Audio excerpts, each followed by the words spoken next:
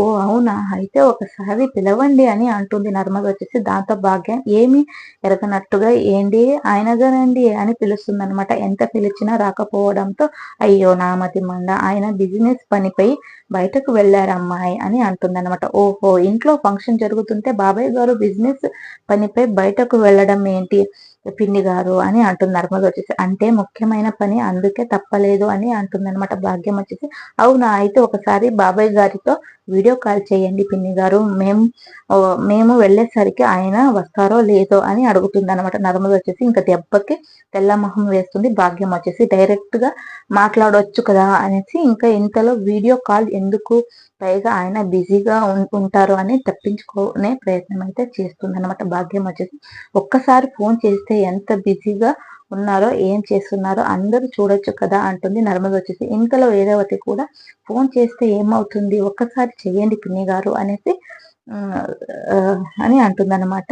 ఇక చుట్టూ ఉన్న రామరాజు ఫ్యామిలీ ప్యాక్ అంతా కూడా వాళ్ళంతా కూడా కట్టుకుని కాల్ చేయమంటారన్నమాట. దాంతో భాగ్యం ఏంటి అంత కట్టుకుని మా ఆయన్ని అంత ప్రేమించేస్తున్నారు, సరే చేస్తాను అని ఇంకా చేయడానికి అయితే ఫోన్ తీసుకుంటుంది అనమాట. భాగ్యం లోపల మాత్రం అయ్య బాబోయ్ వీడియో కాలింగ్ చేస్తే మన వ్యాపారం బండారం బయటపడిపోతుంది, ఎప్పుడైనా సరే దేవుడా అనేసి ఇంకా సతమతం అయిపోతూ ఉంటుంది అనమాట భాగ్యం వచ్చేసి.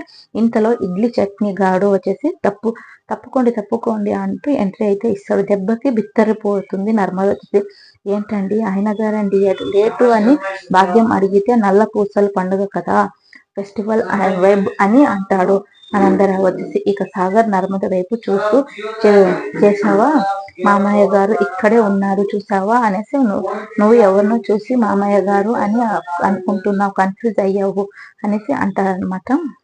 నువ్వు కాసేపు సైలెంట్ గా ఉండు అని అంటుంది నర్మద వచ్చేసి. అదేంటి బాబాయ్ గారు మీరు బయటకు అయితే వెళ్ళారని పిన్ని గారు చెప్తే లోపల నుంచి వచ్చారు అని అడుగుతుంది అనమాట నర్మద వచ్చేసి. వెళ్ళడం ఎంతసేపు రావడం ఎంతసేపు, మన బిజినెస్ 2-3 గంటల్లో అయిపోతుంది అని అంటాడనమాట ఆనందరావు వచ్చేసి. నెక్స్ట్ ఎపిసోడ్ లో ఏం జరిగింది అనేది నెక్స్ట్ ఎపిసోడ్ లో తెలుసుకుని నచ్చితే ఒక లైక్ చేసి షేర్ చేసి సబ్స్క్రైబ్ చేసుకోండి.